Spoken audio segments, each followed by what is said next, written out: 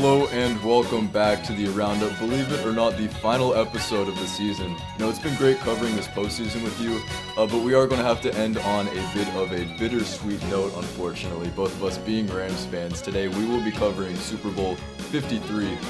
And Aria, you were at this game. I could only imagine the experience of a lifetime to see your team at the Super Bowl. So let's just start off the episode by that. How was attending the game? Attending the game was an experience I'll remember for the rest of my life, but there's a lot of Patriots fans. Let's just get that straight first of all.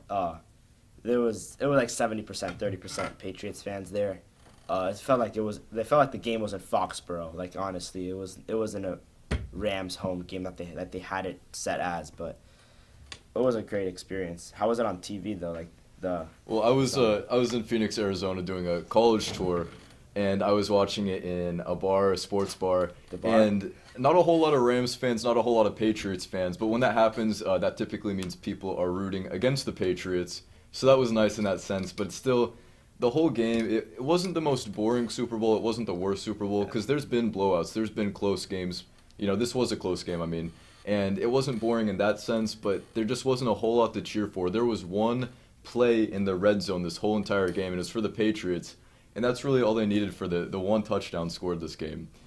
How was the bar though? Was it like a lot of Rams or Patriots, or was it just like evenly split?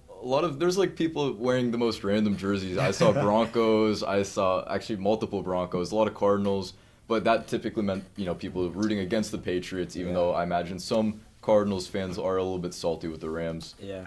It was a cool experience being at the stadium though, because when I walked in, I got there like an hour and a half before the game, so they had the roof closed, and then right when in pregame they started to open it up for the flyby with the Air Force jets and the national anthem, and then right when the kickoff started, they closed it up, and we were ready to roll for the game. So it was an interesting start. Let's just say that it was like 3-0 Patriots at half. It was one of the first time Rams were shut out under the Sean McVay era. So that was an interesting thing to see. All right, so let's get straight into talking about this game then. The final score was the Los Angeles Rams 3, New England Patriots 13. This game was the silence of the Rams in that sense. It just wasn't a pretty game. I think the biggest thing that they were missing was Todd Gurley. There was questions going into the game. They kept saying he's fine, it'll be okay, have a game plan ready for him. And that's obviously not the case. There is something wrong with him. He's hurt in some way, and the Rams just didn't want to say it. He got, only a handful of carries this game, and really not having that pressure on the run, it put so much of the pressure onto Goff in the pocket, and he just looked lost, honestly. And it's that big game sense. He'd never done anything like this before. He's a young quarterback, but he just looks scared from the get-go. Yeah, Todd Gurley carried the ball 10 times, rushed for 35 yards, averaging 3.5 yards a carry, and he only had one really big run, which was for 16 yards. Besides that, though, they really shut him down, and he couldn't really get anything going. And I felt that the Rams didn't really give him an opportunity to get him going. He didn't have enough carries.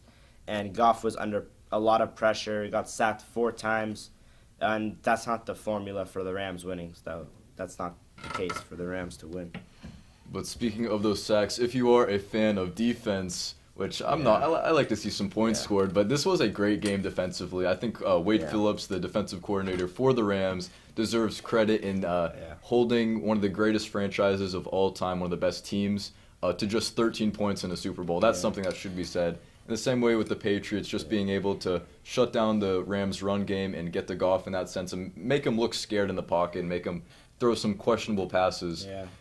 Great on both sides for defensively. Yeah, Rams got the early interception off of the tip ball from Nikhil Roby-Coleman, and that floated into Corey Littleton's hands. That was a big break for the Rams, but they ultimately couldn't do anything off of that. And then Stephon Gilmore's game-winning interception for the Patriots that set up their win. So you can't complain if you're a Patriots fan.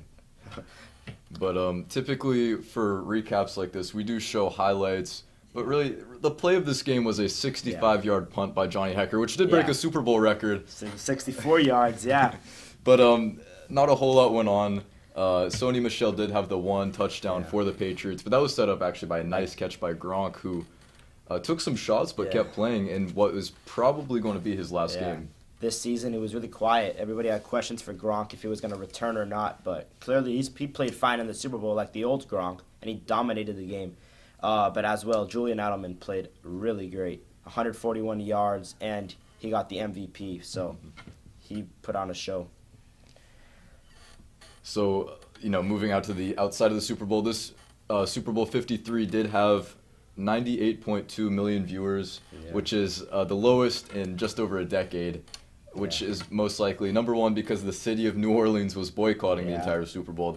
I just think it was an excuse for them to drink, but they were all out in the streets protesting the Super Bowl because of the controversy that had happened 2 weeks ago with that no call. Then also, it just wasn't super exciting. I can kind of understand, even at the bar, I saw some people leaving early just because, either to beat the crowd, it wasn't a whole lot going on. Even though, at least this game was still close. Got to reiterate that. It was a one-possession game pretty much until the end. It was anybody's game, to be honest. It was 3-3 until Patriots made it 10-3 and then ultimately 13-3 with the game-winning field goal that gave Rams really no hope to win the game.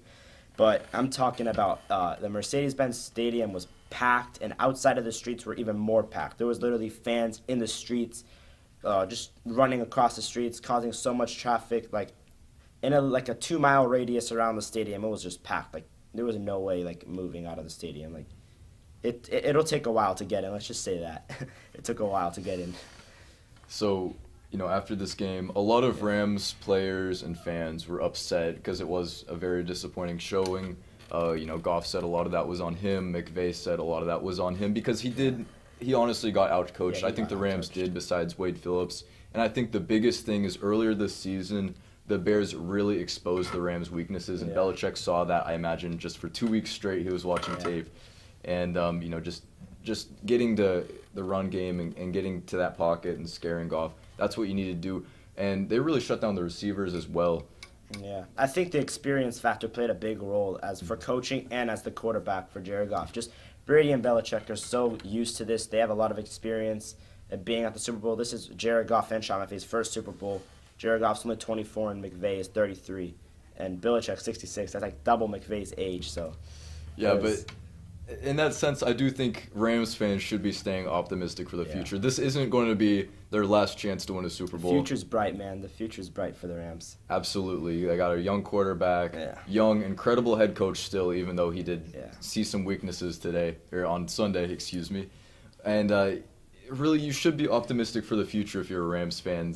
New England dynasty is dying. I'm afraid to say that because we all thought it was dying going into the season. Yeah, in the beginning of the season, they started off 1-2, and then what happened now? They won the Super Bowl, and their 5 losses during the regular season all came to teams that didn't even make the postseason. This definitely Miami wasn't Miracle, exactly that lost them a game. This wasn't the most talented Patriots team we've seen, and they still managed to do it. But I think Gronk's going to retire after this year. Brady's getting super old, 41. He has a goal to 45. We don't know. Maybe he can make it. I don't know about that, but I'm not counting anything out at this point. Yeah. So thank you for watching the Roundup. We'll see you next season. We're out.